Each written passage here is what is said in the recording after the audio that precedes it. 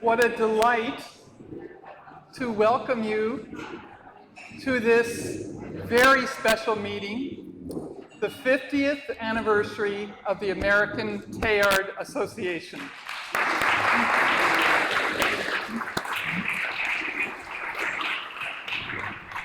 This is historic in many ways, some of which I'll outline in a moment. It is absolutely fantastic to have next generation students from Yale and elsewhere, young professors of theology who are up and coming, even a visitor from Mexico, Sant, would you stand for a moment, who's done a play in Mexico City on Teilhard, quite amazing.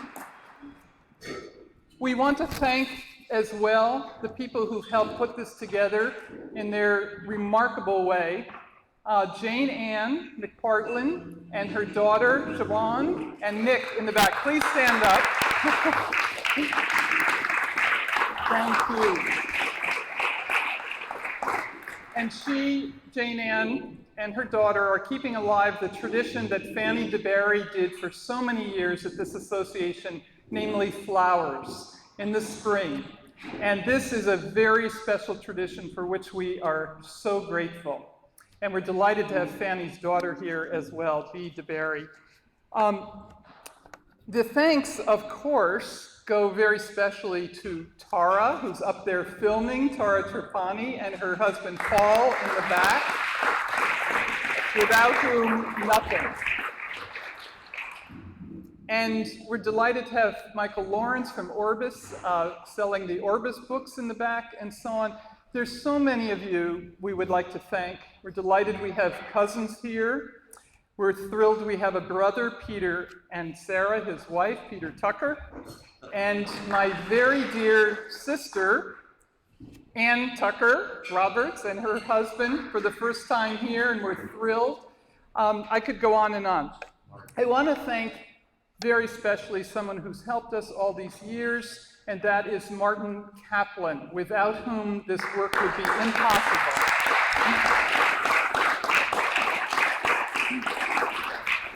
Martin Kaplan was also a recipient of the Thomas Berry Award over at the Cathedral of St. John the Divine, and we have another very dear friend and recipient of that award with us today, and that is Stephen Rockefeller, who's done incredible work with the Earth Charter and Religion and Ecology.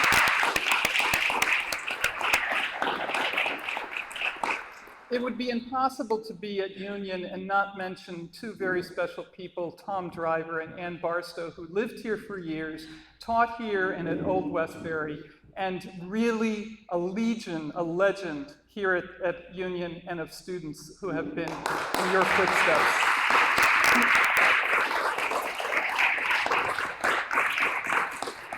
And finally, we're thrilled to have Corinna Gore, who's running the Center for Earth Ethics here at Union and carrying the torch of her father and others. Thank you, Corinna, for joining us this afternoon.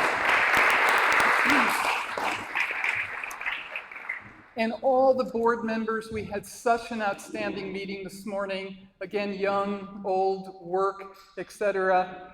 Skip Vilas, I think, is one of the oldest members of this group, and the very first meeting we were together, we were recalling at Trinity Church in Wall Street because Skip was the pastor there, and Skip and Joyce have been stalwarts of this organization. So thank you, Skip and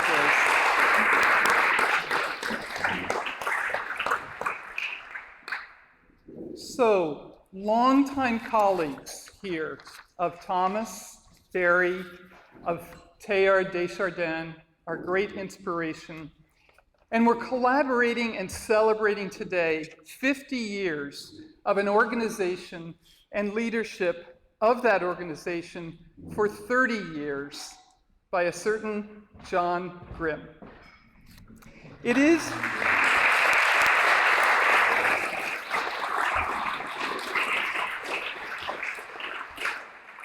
is remarkable these days to have such longevity given the difficulties of sustaining almost anything for decades, and this is 3 decades. As I read through the history of the American Teilhard Association to prepare for today, and it is on our website, so you can look at it there, I was struck by how difficult it was to sustain this organization financially for the first 10 plus years, especially when they were here in New York, paying rent and so on.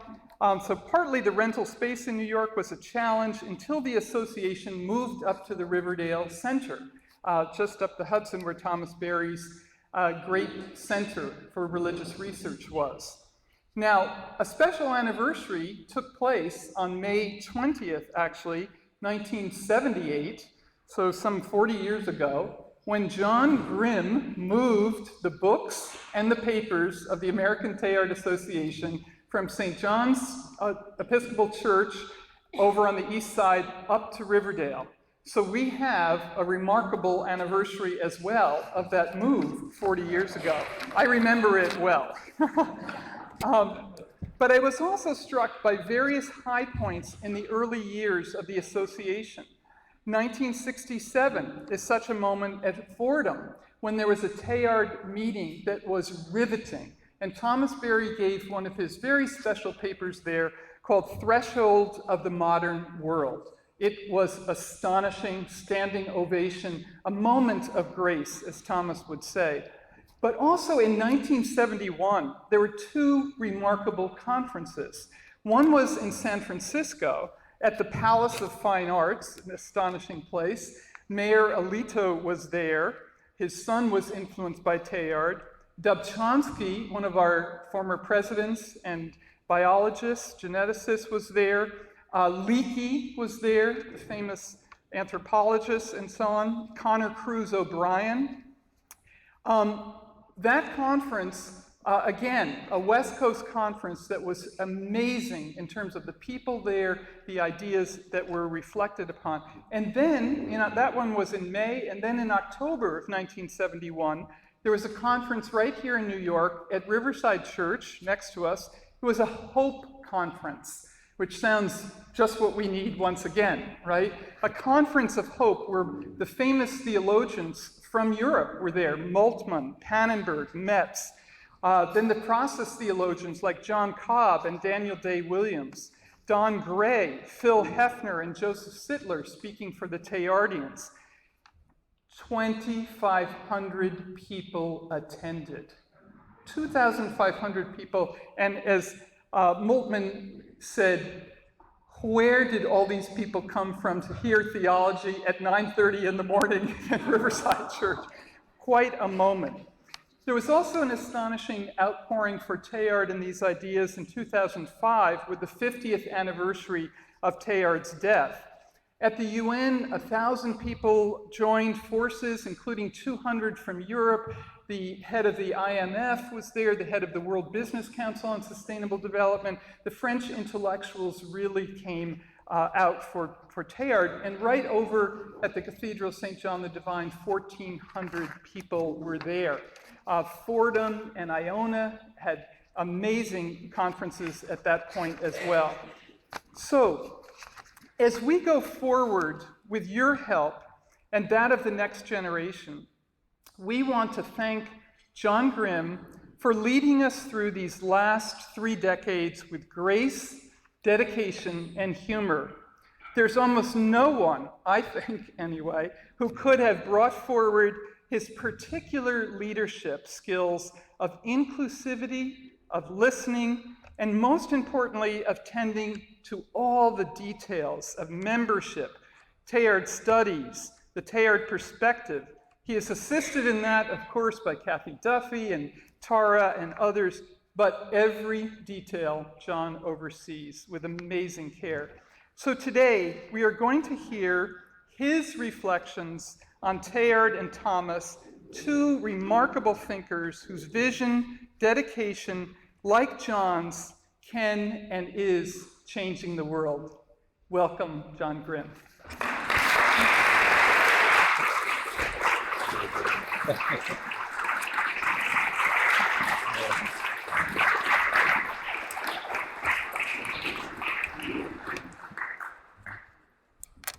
Thank you, Mary Evelyn, for your introduction, your support, and your presence in my life.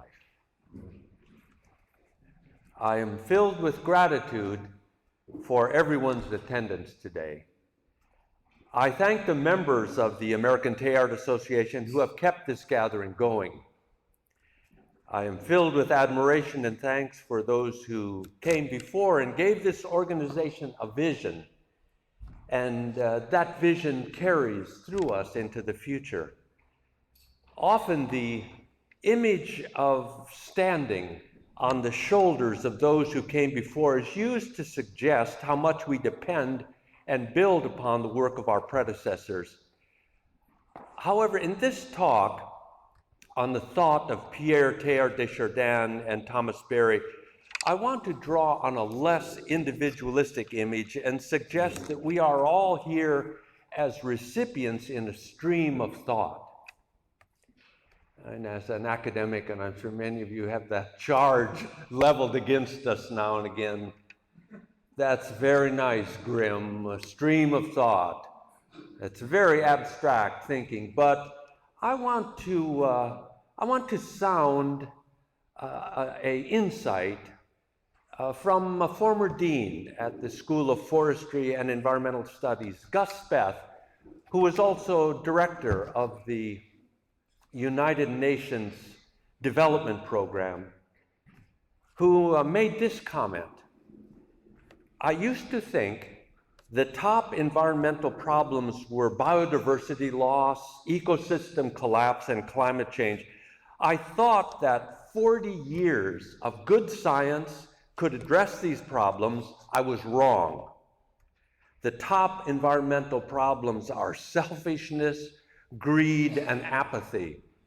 And to deal with these, we need a cultural and spiritual transformation.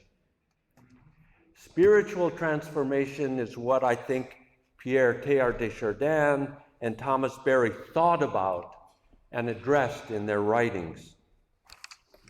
Thus, I want to talk about the lineage that has brought us together as a flow, a creative flow in which time can fold so that past ideas can come alive again in the present and future possibilities present themselves still in the life and thought of Teilhard and Berry.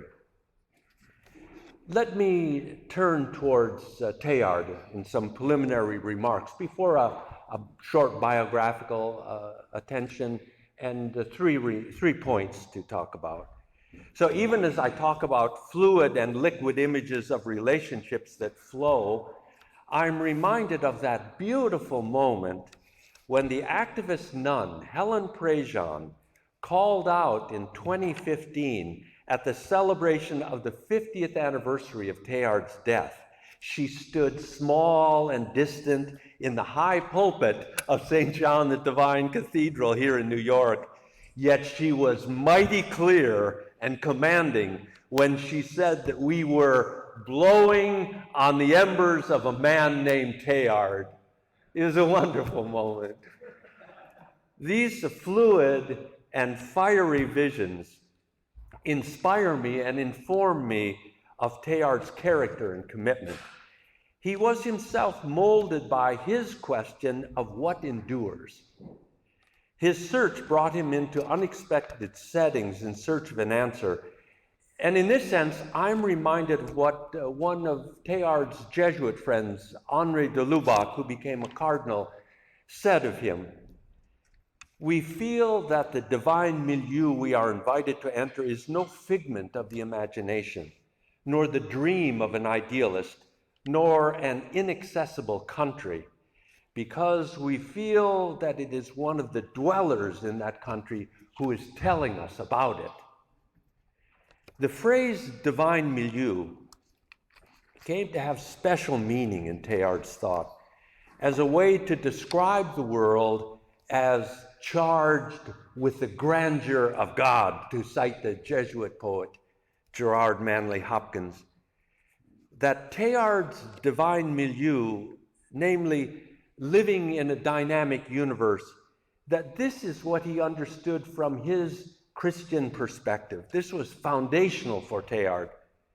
This Christian perspective then is Teilhard's, but it might not be shared by everyone in the room, or certainly everyone who reads Teilhard.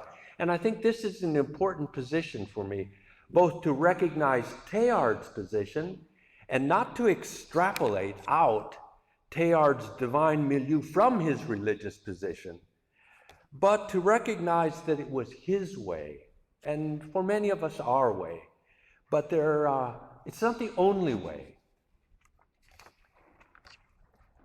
To explore then this divine milieu, let's take a brief overview of Teilhard's biography, after which I will examine 3 points as entryways into his intellectual contribution. So Teilhard's biography gives us a fuller context for appreciating his work and influence. His dates, as we all know, 1881 to 1955, indicate an early childhood in the province of Auvergne in south-central France. It's during his childhood that Teilhard has an experience that he remembers in his own autobiographical telling, when as a child he was having his hair cut, and a lock of that hair fell into the fire, and as it burned, that feeling of ephemeral quality of life gripped him and gave him what would become his enduring question. Namely, what endures? What lasts? He would turn towards iron and stone, and in his youth he would place his affection on those realities, and he saw them also fading. So this sense of an abiding question, it was framed for him obviously by his mother and father. From his mother, he would say unquestioningly, his religious dimension was framed and given depth of meaning. That depth of meaning carries throughout Teilhard's life and his work, especially the image of the heart, the Sacred Heart, a very pietistic image in his childhood, but how Teilhard would develop it in his thought. Similarly, the sense of cosmic Christ, listening to the readings of the Pauline epistles and hearing this indication of a larger imaging of the Christ personality. This obviously affected Teilhard. Along with that, his father's influence, moving through the volcanic region of the province of Auvergne. I was reminded again as I looked at some visual images of Auvergne. I definitely want to go visit. It's so intriguing, the beautiful old volcanic cones. And to think of Teilhard with his father walking through that region and his father pressing him. What are the names of these stones? How did this formation come to be? So his father was already priming him on the science perspective. This then I would see as an enduring dialogue in Teilhard's life, religion and science. I think Teilhard is constantly trying to respond in his own life. How do they speak to one another? What is it that they are seeing? He entered from his early childhood then an education into a formation as a Jesuit. And it was during a time of anti-clericalism in France. So even his earliest Jesuit training was carried out at the island of Jersey, and then his novitiate was in England and at Hastings in England. And it's in Hastings, the beautiful cliffs and the forests of Sussex. They had such effect for Teilhard because it was there that he read Henri Bergson's Creative Evolution. And this was a pivotal moment because Teilhard became utterly transfixed by the idea of evolution. But even as I say the word idea, I find it's inadequate because Teilhard himself talks about the cliffs and the forests as literally shimmering with this sense of change and the movement, the transformation over time. So again, Teilhard is carrying forward these questions of religion and science, and he's now anchored in this sense of evolution as having deep affect, deep feeling for him. He returns then from his novitiate and will undergo ordination in France immediately before World War I. Because there are sufficient chaplains, priests to be chaplains, he does not take that route, but he volunteers to be a stretcher bearer. So Teilhard was in a detachment from North Africa, and they engaged in the major battles that the French undertook in World War I. And it's this experience that brings Teilhard face to face with the depth of pain and suffering and the sense of the anguish of trench warfare. And yet it's in this time that Teilhard completes his earliest essays, that he is trying to fathom this relationship between religion and science in the context of evolution. So Teilhard sees this encounter and the pressures of war as speaking to him about the evolutionary dimension.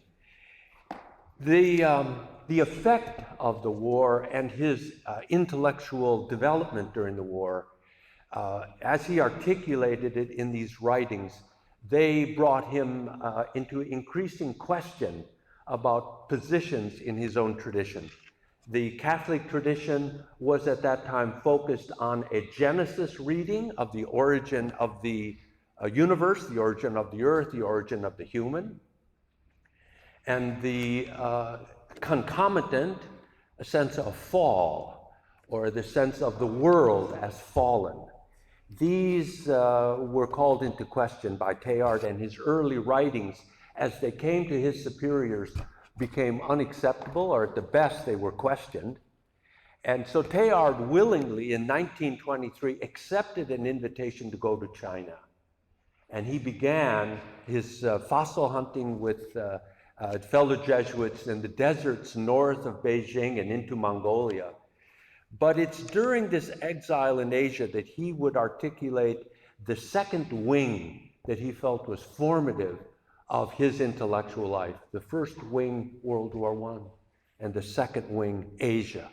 So it's interesting to pick up on Teilhard's sense of what would happen in the late 20s. Literally, he was then asked by his order in the Vatican to leave France, and he went back to China. And during this exile in Asia, then, he undertook his scientific writings and his religious writings. His scientific writings would be published during his life. His religious writings were not. They were not published until after his death. Two books that, well, I guess they proved me wrong immediately. He published The Divine Milieu, which was an effort to reflect upon evolution in a more traditional Catholic context, and especially bringing to bear a mystical perception that had come out of World War I. And then The Human Phenomenon, which was not published during his life. That is an effort to articulate his scientific understanding of universe emergence, especially focused on the human. So the exile that Teilhard entered into in the late 20s continued throughout his life. He missed the death of many of his brothers and sisters, his parents. He would occasionally visit back to France. They were very brief visits. He ended his life here in New York City. He had offices at the Werner Gren Foundation here in New York, and he interacted with scientists at the American Museum of Natural History. So his life was extremely varied and challenging, but I believe there are a number of points of entryway into Teilhard's life, and I've chosen three, not arbitrarily, but in understanding that there are many other ways to enter his thought. But the three I've chosen are Cosmo Genesis, Teilhard's sense of evolution. The second, matter spirit, Teilhard's sense of the dynamism of evolution, what's making it go. And third, action, so the human and the action in the world as indicative of a larger vision of reality. So let me return to Cosmo Genesis. This, for Teilhard, was the unfolding universe from the flaring forth at the beginning through galaxies to our solar system, life, and the human. For Teilhard, this is not a static cosmos, but a universe in dynamic movement. This is evolution. And to understand cosmogenesis and Teilhard, we need first to consider his experience of evolution. It was while reading Bergson, as I've mentioned, that he encountered evolution in a deeply meaningful way. Teilhard wrote in this way: I can remember very clearly the avidity with which at that time I read Bergson's Creative Evolution. All that I can remember of those days, apart from the magic word evolution, which haunted my thoughts like a tune, which was to me like an unsatisfied hunger, like a promise held out to me, like a summons to be answered. All that I can remember is the extraordinary solidity and intensity I found then in the English countryside, particularly at sunset, when the Sussex woods were charged with all that fossil life which I was hunting. Cosmo Genesis became a multivalent term for Teilhard, charged with many meanings. First, he took it as a scientific description of the unfolding universe. For example, he writes, in the space of 2 or 3 centuries, the universe no longer appears to us as an established harmony, but has definitely taken on the appearance of a system in movement, no longer an order, but a process, no longer a cosmos, but a cosmogenesis. The central manifestation of cosmogenesis for Teilhard was increasing complexity consciousness in the universe. Complexity consciousness could be another entry point, and I could certainly have chosen that as one of the themes. It's a central concept for Teilhard.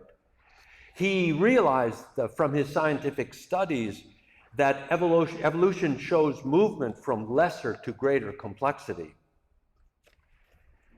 I'm thinking of a visit in Jennifer Morgan's country down by Princeton and visiting with the scientists, cosmologists, and physicists who have given attention to the early universe, and at a meeting in which questions could be received from the floor.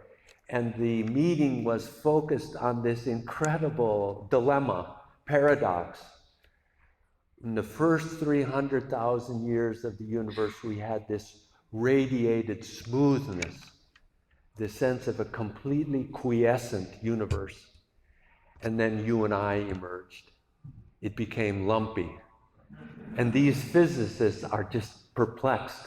What caused that lumpiness? And the responses, of course, are magnificent. The one that it captured my heart was a density wave passed through the universe. That density wave arising from the quantum fluorescence. So the sense of gravity coming out of the quantum reality and sweeping across the universe. Greater complexity. And with the emergence of life, this complexity increases consciousness.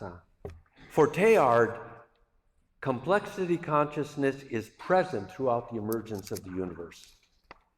Cosmogenesis, then, a multivalent term, both as an overview term for the evolution of the universe, as well as a specific term for the first phase of cosmic evolution. So Teilhard used the term cosmogenesis first as the foundational pre-life universe from the early universe to our galaxy, to our solar system.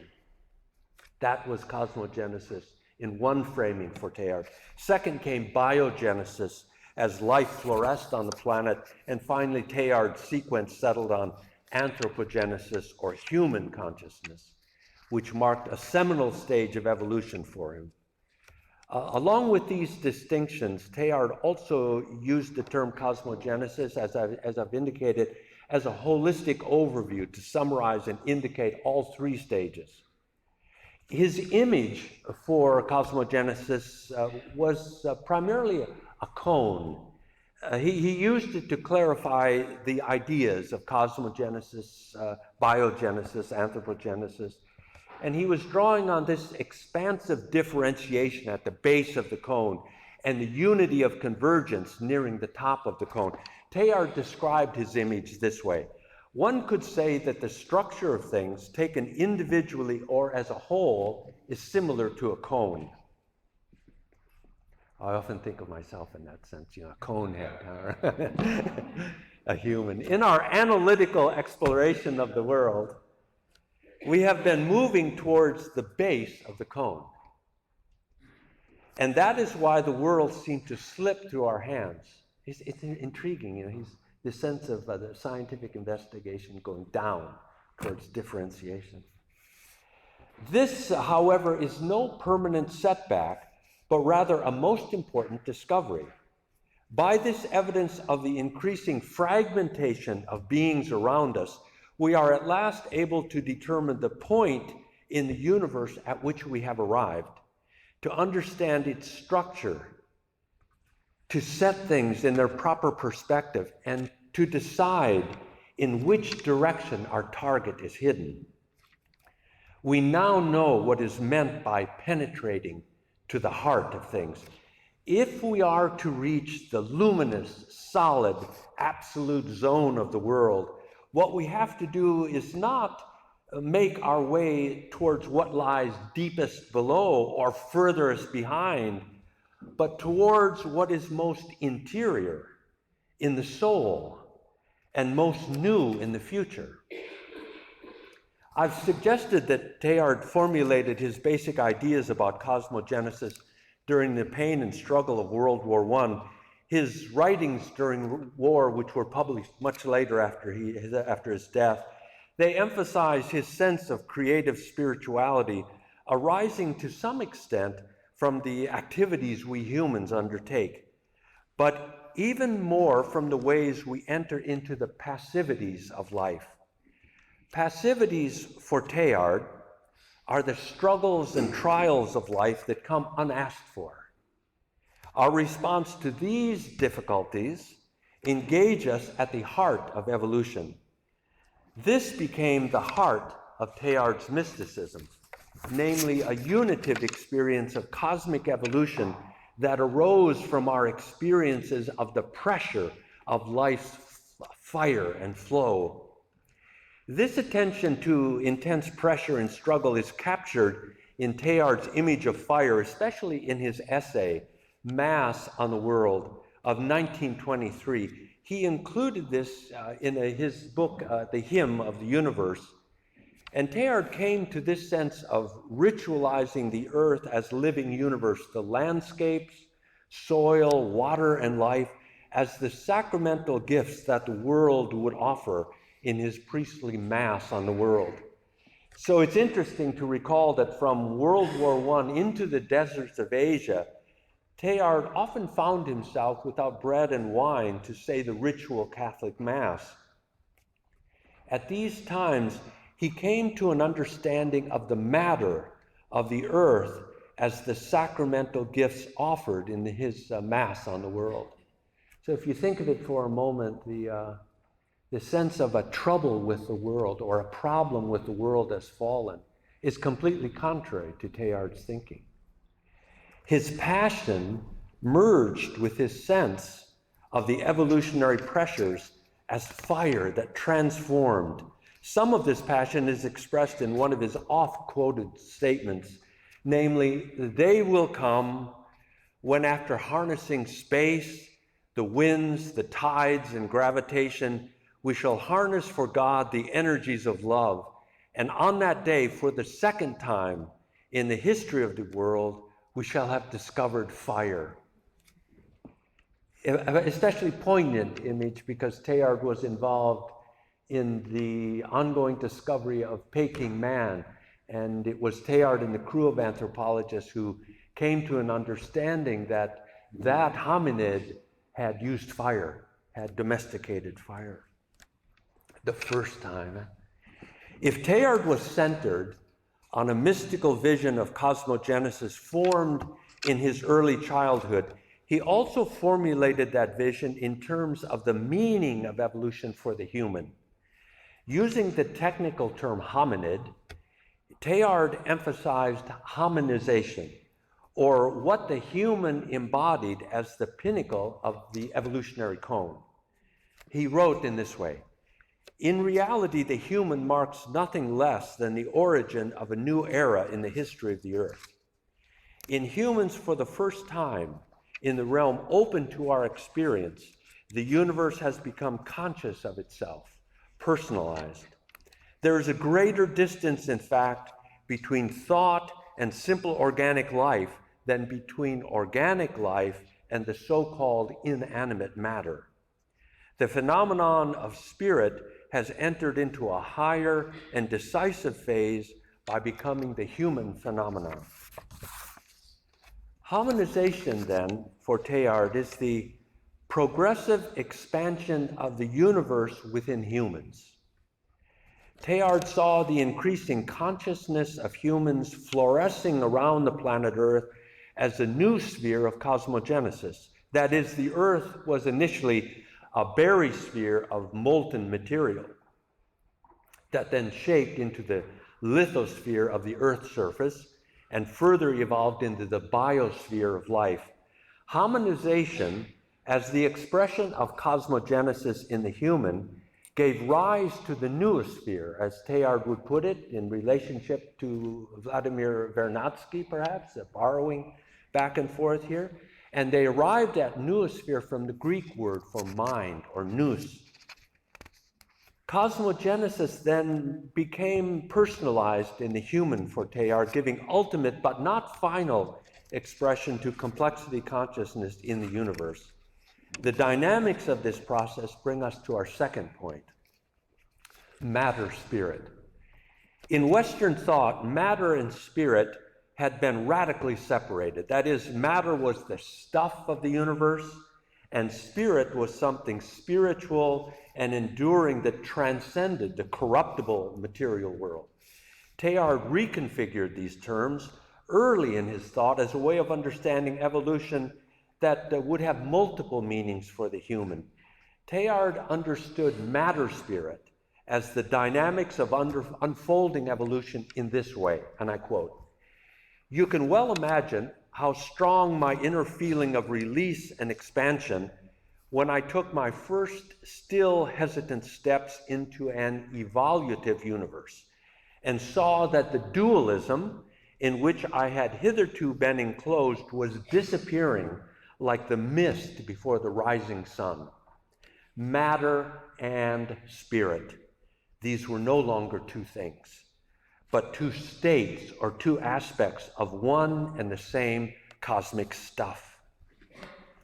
According to whether it was looked at or carried further in the direction in which, as Bergson would have put it, it is becoming itself, or in the direction in which it is disintegrating.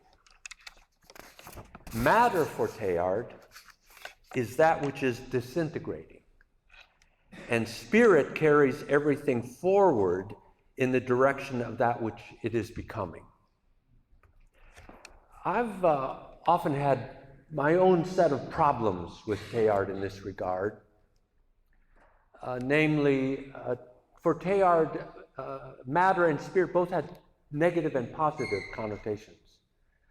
Matter was for Teilhard something that he entered into very deeply. I don't think it's incorrect to say he adored matter.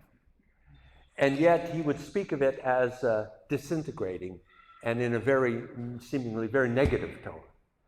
So that's a deep puzzlement for me, because spirit also for Teilhard had that positive and negative dimension. Spirit, as I'll distinguish, the drawing forward matter and giving shape to matter, could also give rise to a misdirection, to misguided apprehension of the spirit. Interestingly, significant time for Teilhard is much more the future toward which spirit is pulling matter, rather than the present or past into which matter disintegrates. And Jack Hott has drawn on this image very fruitfully to emphasize Teilhard's sense of future time. And Hott will locate the scientific perspective focused on the past, understanding the analytical, taking apart, see that contributed to the rise towards unity, and the religious focus on the present. And Teilhard, as Hott would point out, oriented towards the future. So inherent in Teilhard's view is this sense of complexity consciousness being drawn forward by spirit, matter being shaped increasingly over time. This is what Teilhard saw in the fossil record. Arriving at the human, Teilhard would talk about human energy then as holding the possibility of participating with the spirit of the earth in movement towards fuller meaning and purpose.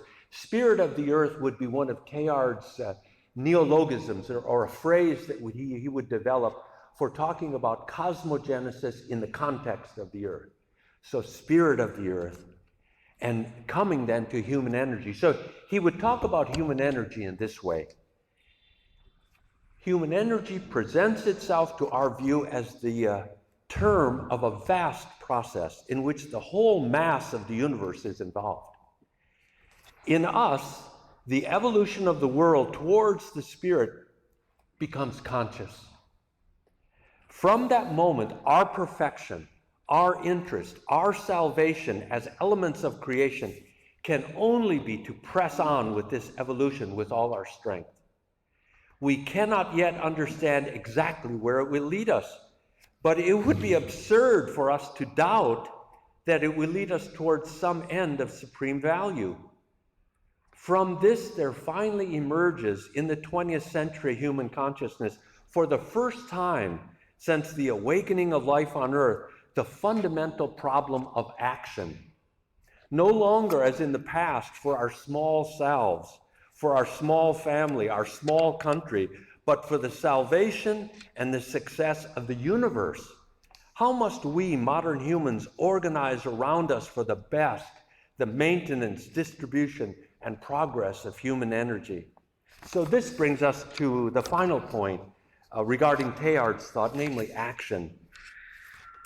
Action is a concept and an understanding that Teilhard derived from the French philosopher Maurice Blondel, who lived from 1861 to 1949. Blondel based his thought on action as an individual expression intimately related to the whole of the universe.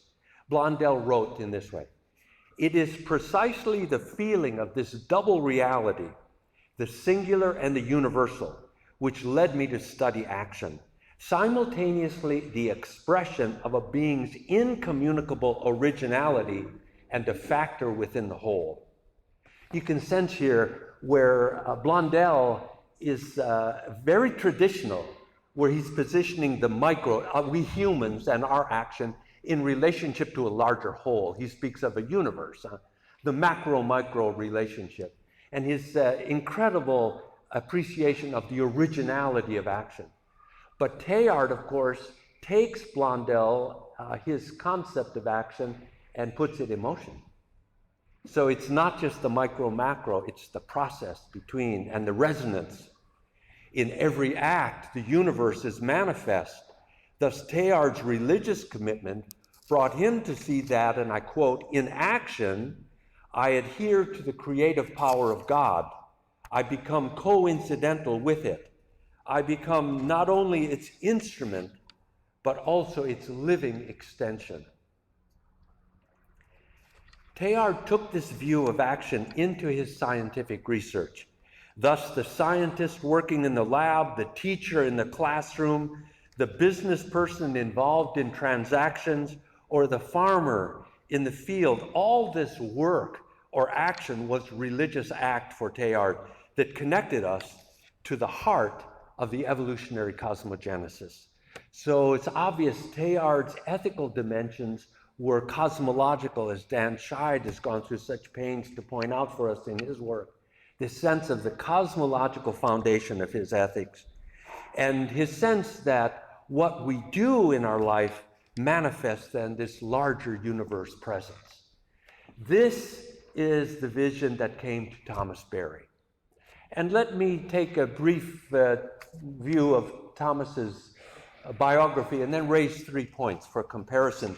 Thomas Berry's dates 1914 to 2009 indicate his early childhood in North Carolina and what he would describe as an early experience of tension between the emerging industrial world coming to the South and the pastoral vision of nature that he inculcated in his youth in North Carolina. He would talk about how disappointed he was when they put windows in cars, that he no longer felt the rain on his face.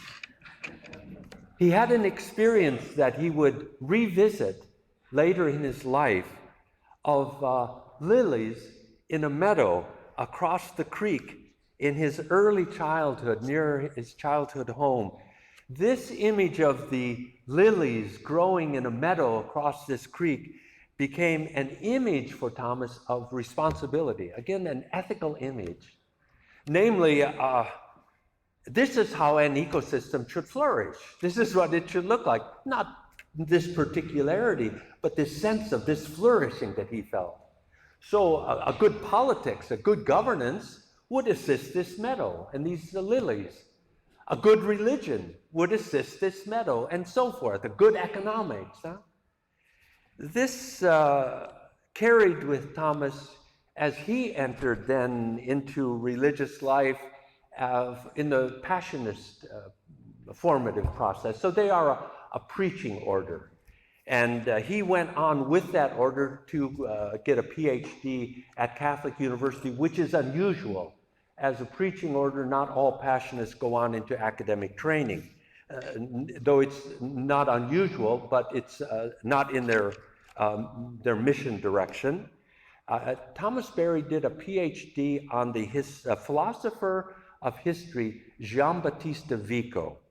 And let me come back to Vico later, but it was after his dissertation that he got on the train, went to the West Coast, and got on a ship with William Theodore de Berry, and there was Mrs. de Berry, Fanny de Berry, who many of you know, on the dock, waving goodbye to her husband.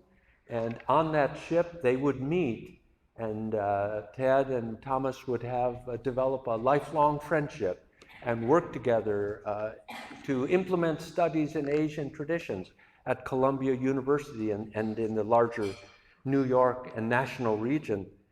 This China experience was deeply formative for Thomas. He had already an orientation as a cultural historian, but suddenly the experience of Asia opened his study of culture, especially to world religions. When he returned, again, his order was not oriented towards teaching, so after a 5-year tour as a chaplain in the army in Germany, he returned to the greater New York region, and he became focused on a call to teach.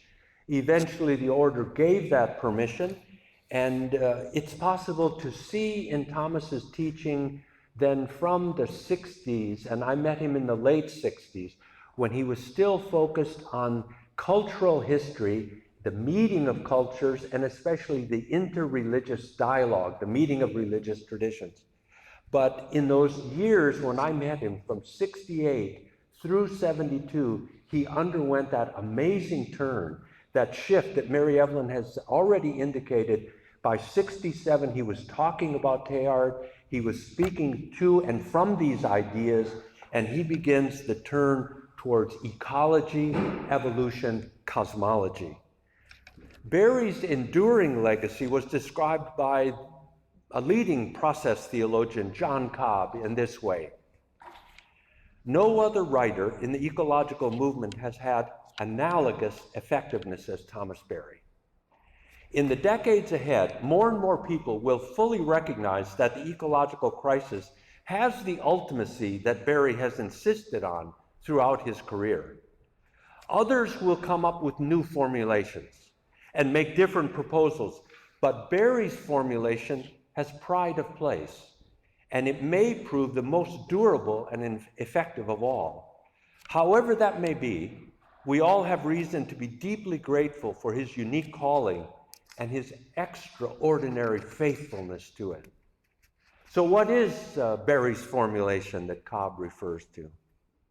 Certainly a life work cannot be summarized in my remarks, but 3 points show influence from Teilhard de Chardin and open us to the larger original vision of Thomas Berry. And these are that phrase that he coined, new story. For Thomas, the call of our times to a new story. And second, the 3 principles of evolution. For Thomas, differentiation, subjectivity, communion. And third, finally, his sense of great work, the commitment. You can see where I'm trying to parallel Teilhard's focus on action. Berry identified Teilhard's human phenomena, Teilhard's magnum opus, his work in the 40s that he wrote several versions of, and he was not allowed to publish this during his life. So Berry identified Teilhard's human phenomena as a story, rather than, as Teilhard said, a scientific treatise. Thus, Berry came to his sense of story as something that gives coherence and direction to a people. Thomas would say quite often, with a story, people can endure catastrophe. And with a story, they can gather the energies to change their lot. But Berry also realized that something was missing in our times. There was a missing narrative. And he put it this way: it's all a question of story. We are in trouble just now because we do not have a good story. We are in between stories. The old story, the account of how the world came to be and how we fit into it, is not functioning properly. And we have not learned the new story. The old story sustained us for a long period of time. It shaped our emotional attitude, provided us with a life purpose, energized action. It consecrated suffering, integrated knowledge, guided education. We awoke in the morning and knew where we were. For Berry, everything was constantly telling its story. Like indigenous narratives in which rocks can speak and birds can become the precursors of a people, the sense of a totem, of a clan. Berry also felt that the natural world was revelatory for the human of a sacred universe. Berry especially appreciated the Lakota healer, Black Elk, who in his vision spoke to 4 horses in the cardinal directions, who guided him to 4 grandfathers seated in a cosmic flaming teepee. Black Elk's powerful dream experience, narrated in Black Elk Speaks and the 6th grandfather, were for Berry among the seminal spiritual stories of the 20th century. In this sense, it's significant that Berry transcended or went beyond his early academic formation, in which indigenous peoples were seen as having no history because they were oral traditions. Berry saw how revelatory nature was and continues to be for many traditional peoples. Berry realized that the separation of the human from the surrounding world had had profound effect on Western thought. For example, in his own PhD dissertation on Giambattista Vico, the sphere of human intelligence for Vico was identified with the ages of the human, namely a form of historical periodization that organized all of human history in 3 ages. For Vico, the age of the gods, the age of the heroes, and the age of men. As each age changed, and Vico was creative in this regard, as each age changed, the intention and meaning of human actions changed. So women having babies, people working in the fields, raising crops, organized religious ritual activity, all of this, as the age changed for Vico, an understanding would change of these activities. This sense of ages and the radical change in the ages are central to Berry's historical insight. But what is amazing is that he went beyond the exclusively human-centered focus of the ages and expanded his sense of story into the larger cosmos. Everything is telling its story. So Thomas, also shaped by academic training that challenged him to see beyond it, to go beyond it. And the sense that the insights that came to him then from attending to the stories of reality bring us to our second point in considering Thomas Berry's intellectual contribution, and that's his sense of the principles of evolution: differentiation, subjectivity, and communion. These are the manifestations of the universe for Berry, his understanding of how the universe presents itself. So I'd like to consider it in terms of Thomas's words himself. He writes, "These governing principles of the universe have controlled the entire evolutionary process from the moment of its explosive origin some 14 billion years ago to the shaping of the planet Earth, the emergence of life and consciousness, and so through the various ages of human history. These principles upon which the universe functions are three: differentiation, subjectivity, and communion. Differentiation is the primordial expression of the universe. In the fiery violence of some billions of degrees of heat, the original energy dispersed not as some homogeneous smudge or jelly-like substance, but as radiance and as differentiated particles that were further shaped into the galactic systems, our own solar system, and planets. Life on Earth finds expression in an overwhelming variety of manifestations." The second primary principle is that of increased subjectivity. From the shaping of the hydrogen atom to the formation of the human brain, interior psychic unity has consistently increased along with a greater complexification of being. You can hear echoes of Teilhard's complexity consciousness. I continue. This capacity then for interiority, subjectivity, interiority, involves increased unity of function through ever more complex organic structures. Increase in subjectivity is associated with increased complexity of a central nervous system. In this manner, planet Earth becomes ever more subject to the free interplay of self-determining forces. With subjectivity is manifest the numinous quality that has traditionally been associated with every differentiated reality of the universe. A third principle of the universe is the communion of every reality of the universe with each other. Here, our scientific evidence confirms, with a magnificent overview, the ancient awareness that we live in a universe, a single, if multiform energy event. The unity of the entire complex of galactic systems is among the most basic experience of contemporary physics.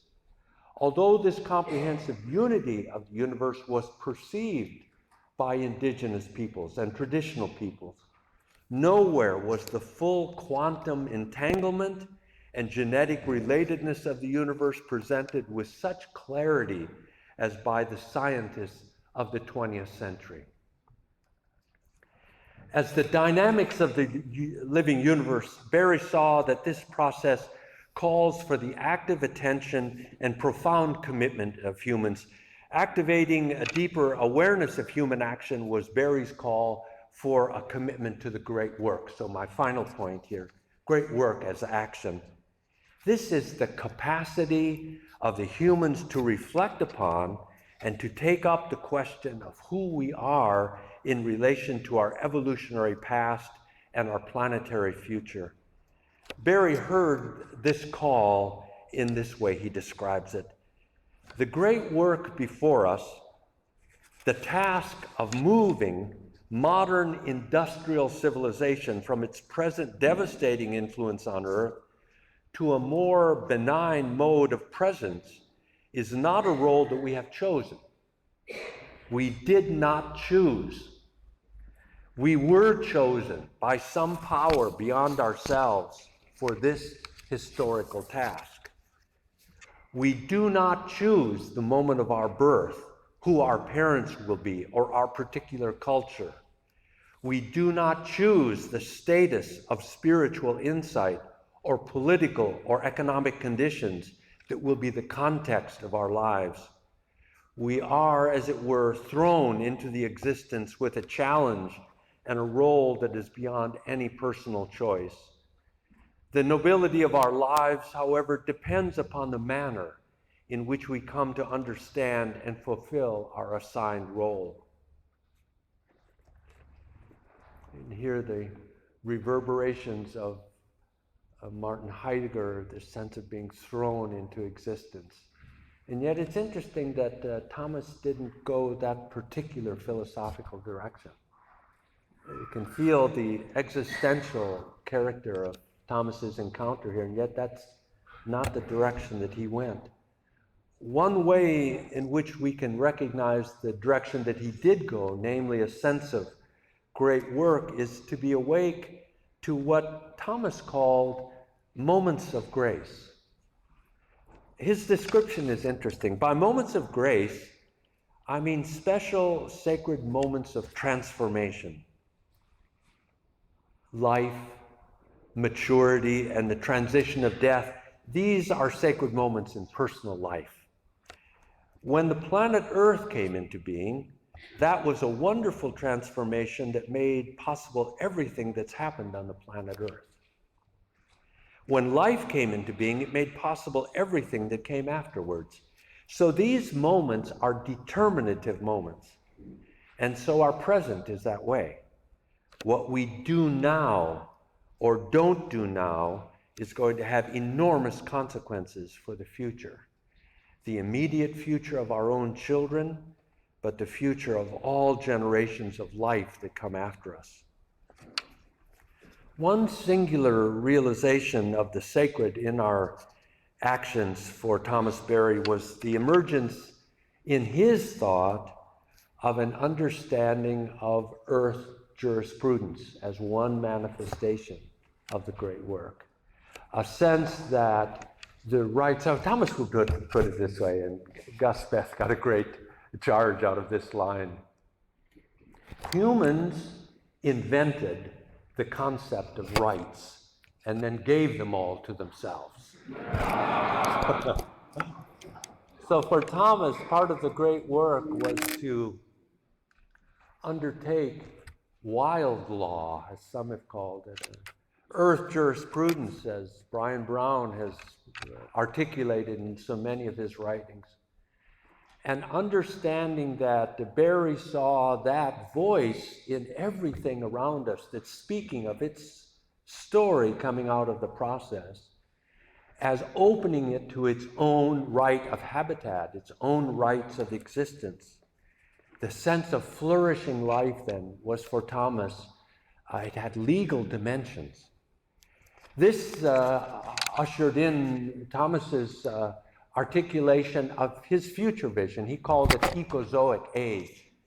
So just as Teilhard had a propensity to talk about an omega point or final transcendence, Thomas also had a sense of an eschatological, or that's not quite correct. He had a sense of a future determination, which Thomas would never describe it as the end of things, but a sense of a coming possibility where humans would reestablish their mutual relationship with the earth in a way that enhanced the flourishing of the earth.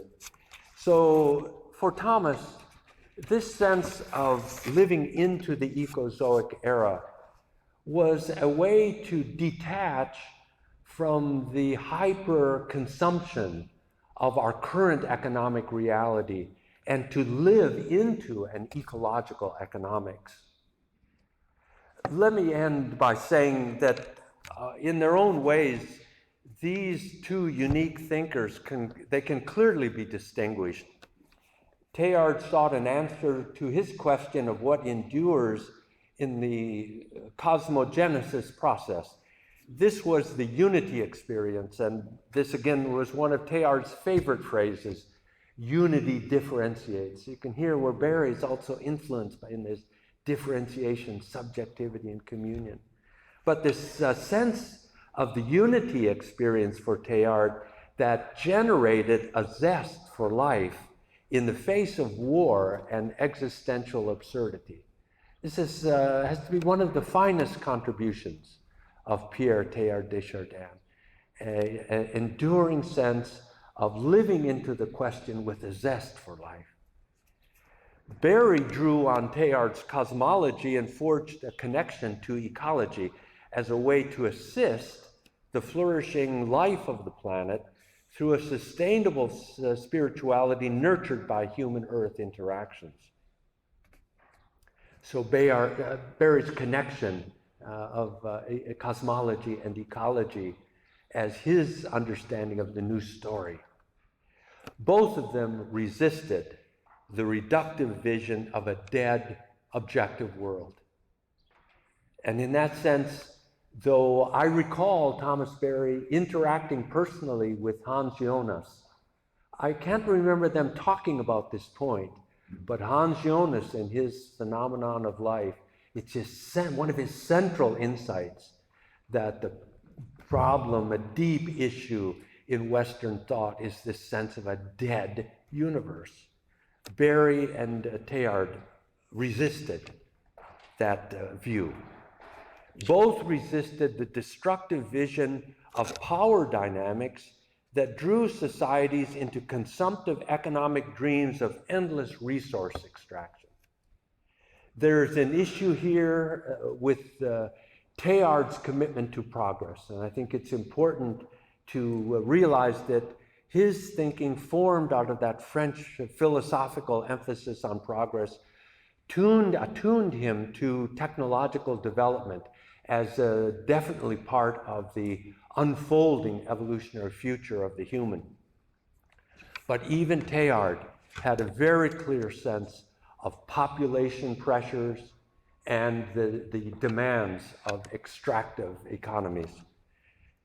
Both of them shared a vision of a living universe that lit up human intelligence and called out action that was responsive and responsible for the dynamics of evolution in the world.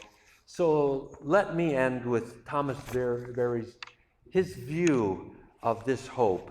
This is the penultimate paragraph in the little essay, The New Story.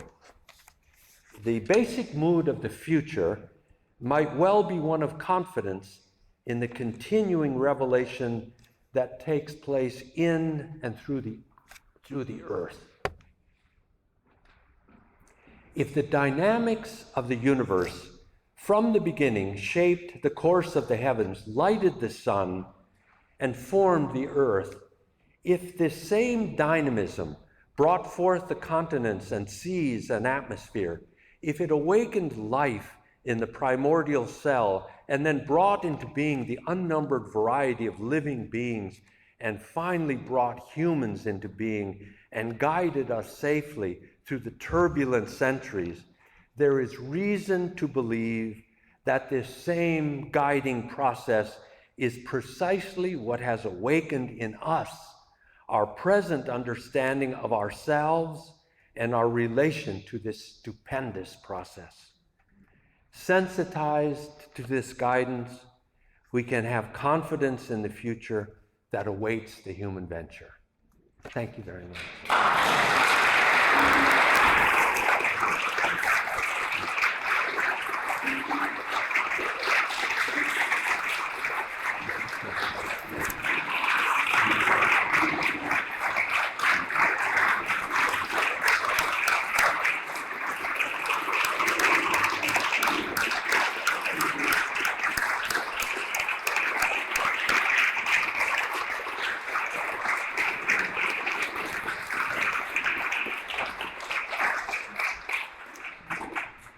On that wonderful note, we want to invite Reverend Nancy Wright for a special presentation here. And she is a Lutheran minister in Burlington, Vermont.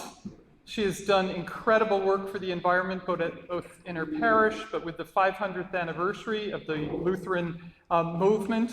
She was a friend with Thomas Berry at Riverdale for many, many years, and a tremendous friend of the Teilhard Association. I could go on and on. Let's welcome Reverend Nancy Wright.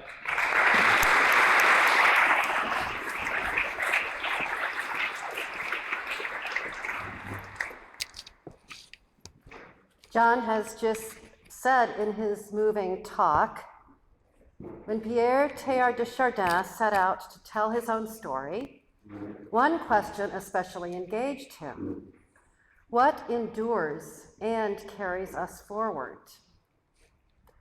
I submit that John Grimm endures and carries us forward.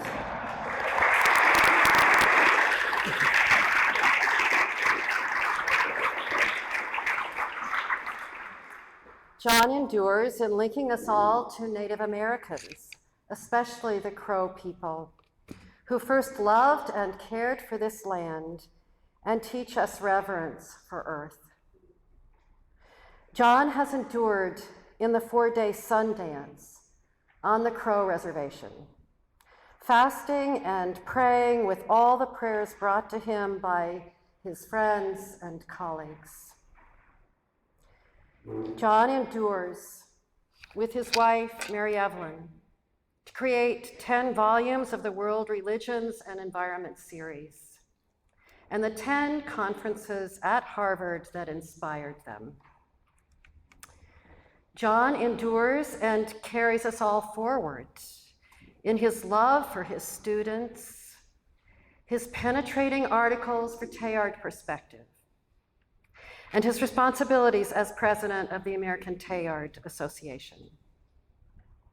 He endures and carries us forward in all of his many publications, many co-authored with Mary Evelyn. Further, as John has said in his talk, Teilhard's insight into matter spirit was of endurance as integral to everything else that it changes. John's matter spirit contribution is entirely and beautifully relational. John relates his work and that of Mary Evelyn's through his embodied spiritual wisdom, shared extravagantly with so many colleagues in published writings, focused within various academic fields, offered graciously to students, faculty, family, and friends, as well as in all the countries traveled in and international symposia spoken at and contributed to. We are amazed to consider and reflect upon the web of relationships John has fostered. Yet John does so not with breathless intensity and anxious concern, but with levity, care, and deep insight. John's relationality is incisive. I have experienced his editing on an early chapter about Native American spirituality. His suggestions and corrections were clear, direct, knowledgeable, supportive, and authoritative. Finally, in addition to endurance that carries us forward and relationality from spirit matter, John has spoken about Teilhard's work that at the heart of this integral cohesion binding all the particularities of Cosmo Genesis is action. John does not simply study Native American and Crow traditions. He enters into a deeply contextual and informed familial and tribal commitment with the Crow people that lasts to this day. He not only studies for his PhD under Thomas Berry, but enjoyed living with Thomas and fellow students at the Riverdale Center for Religious Research. He, through his many commitments, promotes the great work to enhance the Earth community, and he attends to the importance of social justice and to a deep understanding of Thomas Berry to bring the great work to fulfillment in care of Earth. We are privileged to know John as we grow and are nourished through his endurance that carries us forward, his warm relationality, and his commitment toward action. John is part of sacred evolution, and we are privileged to know, to love, and to be loved by him. Let us so honor John.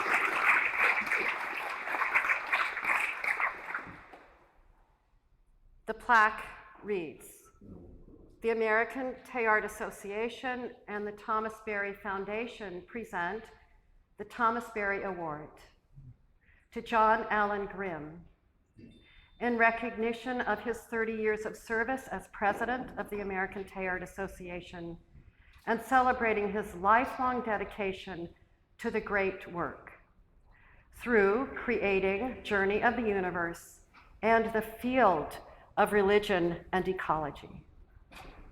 Union Theological Seminary at Columbia University, New York City, May 20th, 2017, in the 50th year of the American Teilhard Association."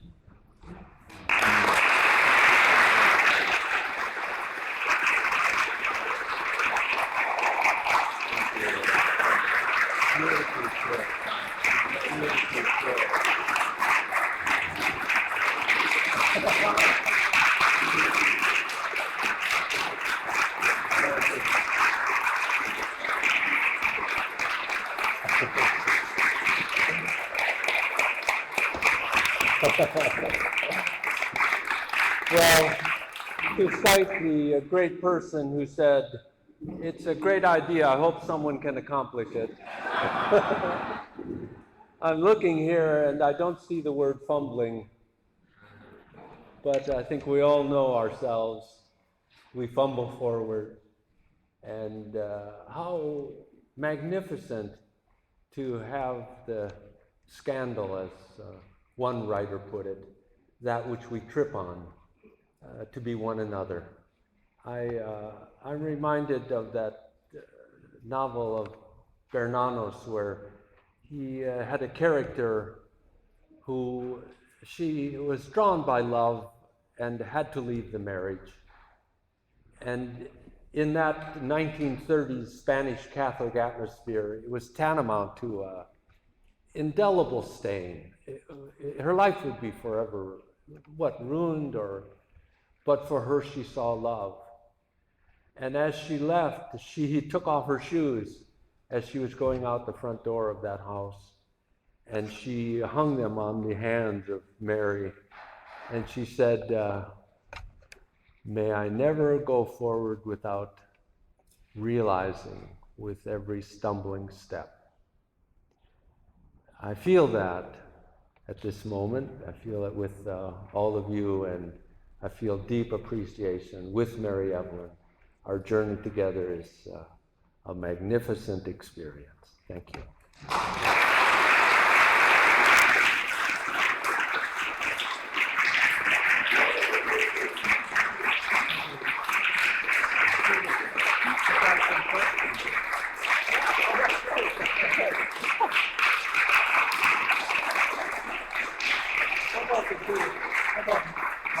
So John just reminded me, we had a lecture and there might be a few questions.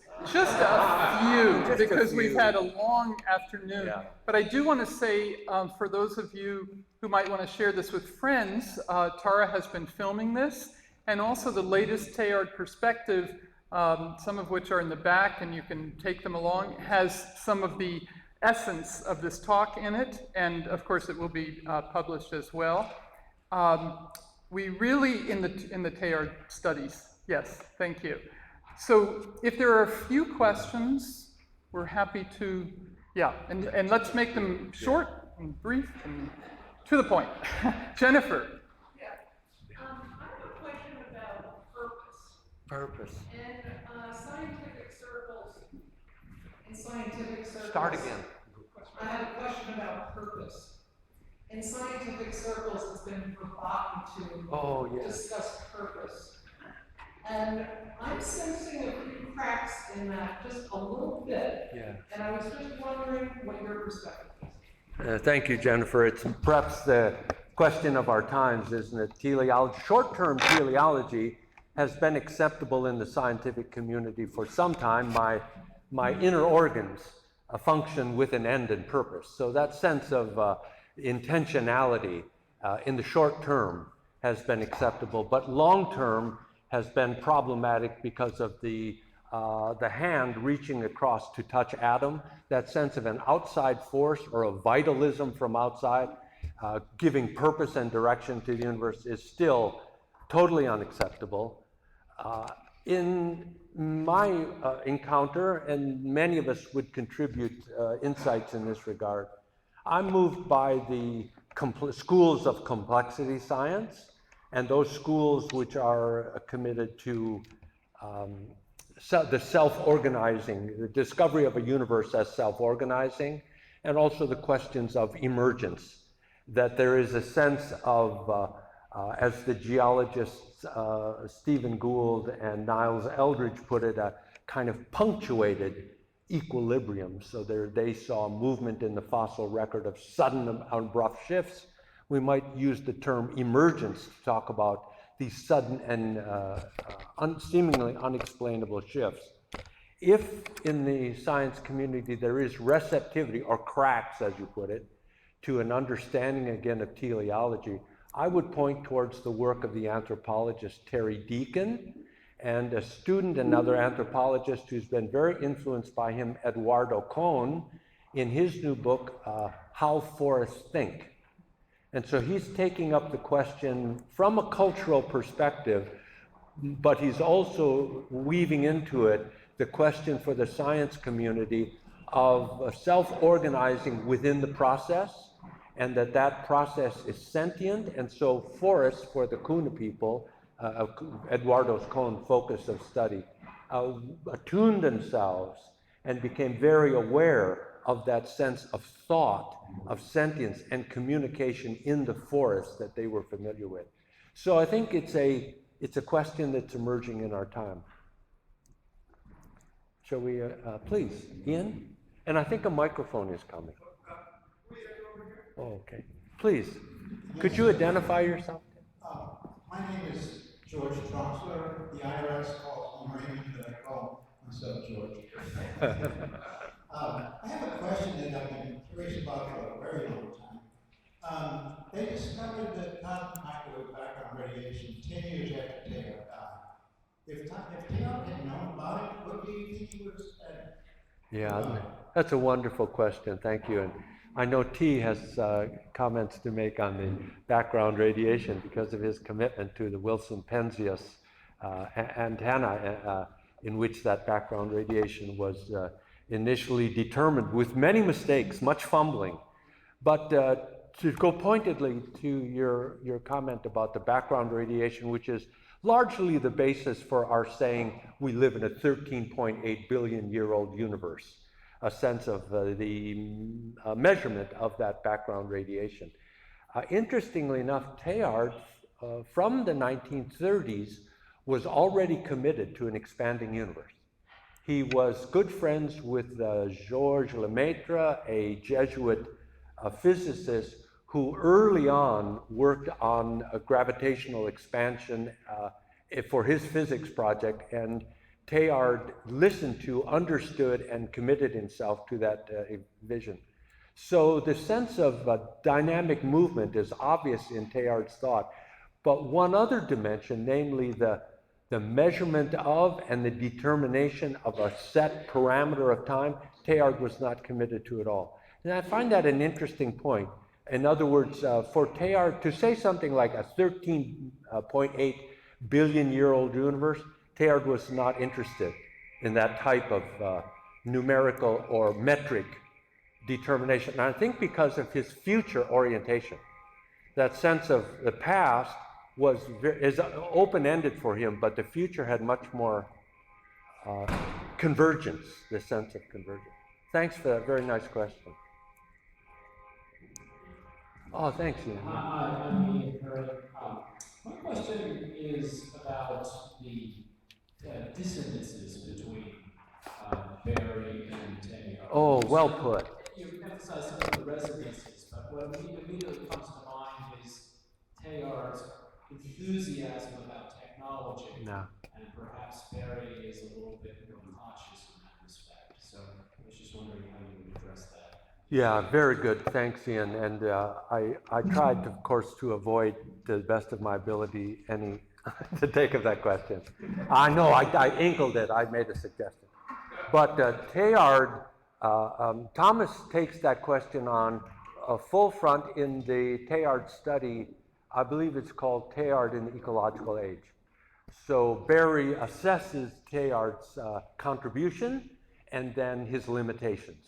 And he's quite sharp in those limitations, and one of them that you point out correctly is Teilhard's very clear commitment to technological, the capacities of the human to invent themselves into new solutions for the problems that faced us. And Teilhard's, the evidence of that would be eugenics. Teilhard has some rather unfortunate remarks, and generally they're in footnotes.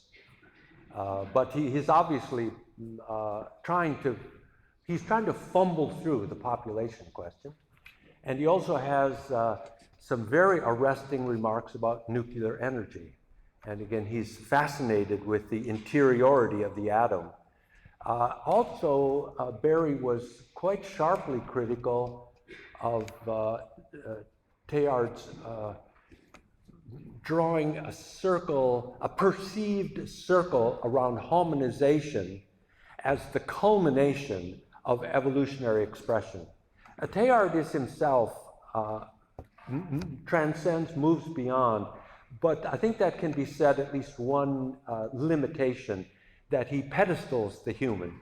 And for Barry, this was not only unacceptable, but he found it to be the source of much of our problem, that we could not until, 2017 in New Zealand recognize the rights of a river. We could not until 2017 have two court cases in India in which the Yamuna and the Ganges, the rights of those rivers to be unpolluted, was recognized. What that will mean in the long run is really up to us, but it's an extension beyond what Teilhard himself could see. And again, that Teilhard study is a very fine document on this particular point, dissonances. There's a question. Oh, thank you. Very wonderful lecture, and such a wonderful tenderness Oh. our universe. I would suggest, however, that to see the journey of the universe as finite may be incorrect. Some of us who work in theoretical physics and heavy cosmology see the universe and the finite, all finite, spatial and temporal finite, as embraced with eternity, temporal eternity and spatial infinity. And all finite domains are interacting with their beyond. So I think the sense of extended care and the eventual life can be seen also not just in terms of the mythology that prevailed in 20th century physics, but emerging philosophies that may embrace all finite things, including the journey of the universe within a broader, infinite, and eternal organic interaction. That's marvelous. Who would want to try and refute? No sense of refuting, but I do hear also the sense of limitations in Teilhard's perspective in this regard. I think to some extent it's his training as a geologist, physical anthropologist, that did not bring him into those issues. I would encourage you, I would love to have, in the Teilhard perspective, to have a statement of what you just said. It would be wonderful for all of us to puzzle over the points you just made. So I'm very receptive to that. My email is very simple, john.grim@yale.edu. Send it, and let's do that. I also would situate Teilhard and Barry to some extent in the limits of their audience. I mean, in my understanding, I think that the African American community and its diverse expressions about new story, I'm waiting for the expression from the African American. I'm waiting in the Latino community for expressions that we find, in the Journey of the Universe interview series. But Carl Anthony, has a book that's coming out this fall. Oh, good. Here.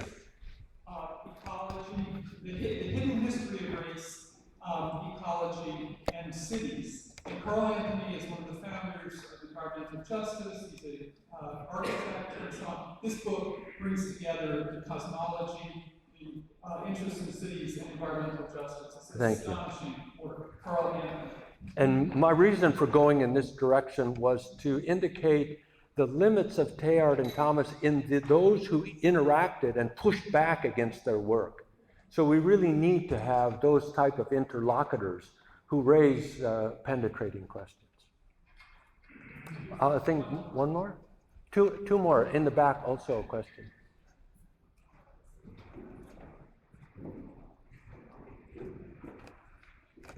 I'd like to continue the question about background radiation. Right now, it's not background radiation, it seems. We are surrounded, and I was just walking in Upper Manhattan today, and the person I was with lives there, surrounded by cell phone towers. There have been laws now passed that you can't complain about this kind of radiation on health benefits, and yet there is so much evidence now that has come out about the dangers of it. Our little kids having cell phones, the kind of problems that we're engendering. And I think a lot about Teilhard. I think a lot about this, everything we're talking about. With the limits of the technology, we see climate change, we see the melting of the seeds taking place in the ice off of Norway that's just come out. We never thought that the big ice packs that held the seeds of the world would be starting to melt, but they have this year. We are living in a time of very extraordinary limits of technology. That's just, please say a little bit more about Teilhard and Barry, which is what you have been talking about. Thank you. Yes, the call for Barry for the Ecozoic era, that sense of intensified human Earth understandings that could possibly bring us through the bottleneck that we're headed towards. Because as we all know, these processes set in motion are not easily reversed or simply reversed by one nation or even one region of the planet. We need to have concerted action such as the Paris Agreement opens forward, and we are ourselves, as we all know, caught in a national moment of hesitation, of lack of understanding, and it's a sad experience, but nonetheless, we endure through it, and we are learning something about ourselves that's extremely important. It's inappropriate and too limited an answer as the Antarctic ice sheet is in danger of falling off. You know, what can a miserable academic say in the face of such realities? But at the same time, I feel with the Chinese poet Du Fu that he realized in his travels that a life that passes and seeming walk through the dust of reality is immortalized in the 10,000 years of the 10,000 things. So even a miserable academic takes heart that we will endure through this process. There was one last question in the back, I think. Gentleman on the end. Good travel well. Thank you very much for an inspiring speech. My question is on consciousness. You began your talk on consciousness, complexity of consciousness. Consciousness, yeah. And really, perhaps the crisis we're experiencing now of consciousness. My question is, your ideas on how to raise levels of consciousness, especially on youth. Youth who are perhaps more engaged in technology and ephemeral, short-term elements, reality, immediate gratification versus a longer-term consciousness. I'm just curious on your views on elevating that consciousness, and I would also just like to mention that there is a project using technology to elevate consciousness using kind of social networks and to try to, instead of, to try to ride that wave of technology to bring people to elevate consciousness. But I'm just wondering if you have any thoughts on that. I'm John again. Who are you? I'm sorry? I'm John. Who are you? Oh, I'm sorry, Peter. My name's Peter. Thank you. Peter, your final comments make me want to sit down and have a conversation because you've got a lot to say about this. I have a feeling you're even working with youth in this regard to explore interiority or to explore their inner life rather than just all of this is coming at them. The Haudenosaunee elder, the Iroquois elder Oren Lyons, in his remarks of the last 2 or 3 years, he has this incredible image of waving his arms and saying, do any of us think about the trillions of bits of information that are flying 15 feet above our head? I mean, it's a powerful experience of this sense of the charge all around us and what effect it's having, as one of our questioners raised earlier.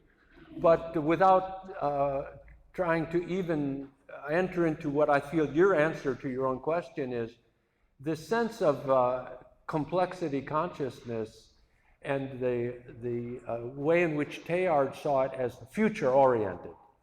I think that's a very important point with young people too, to bring them to a sense of their own within, their own life as having a future. And that's nothing new, of course, but what's the pathway towards that future? And I think those, the dimensions that Teilhard focused on in his divine milieu was the realm of passivities. And I think young people are interested when you say things to them like, that which kicks you in the rear, that's a real lesson for you.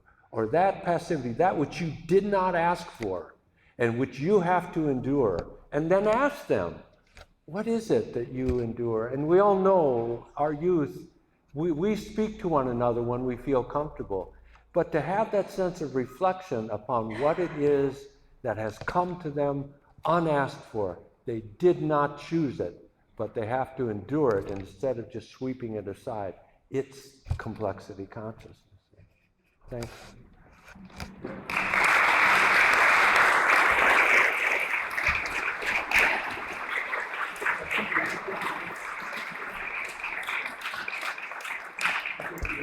What a wonderful day, terrific board meeting, amazing projects that are emerging all around this room. I want to just invoke the beginning of the Teilhard Association, also in France, with some of the greatest intellectuals of the 20th century who were supporting Teilhard's work to get out in public form. And again, this is on the history of the Teilhard Association on our website. But these figures included George Barber, one of the great scientists of our time, of the 20th century, Henri Breuil, Julian Huxley, great promoter of evolution, André Malraux, The Fate of Man, Leopold Senghor in Senegal, and Arnold Toynbee, one of the great world historians. All of these intellectuals recognized Teilhard's genius and helped to make sure that his publications came forward. So with that same spirit of a lineage from France here to the US of 50 years, of 30 years of leadership, of incredible people supporting this, family members, we are thrilled to have you here today, and let's go forward with Teilhard and Thomas's zest for life. Thank you so much.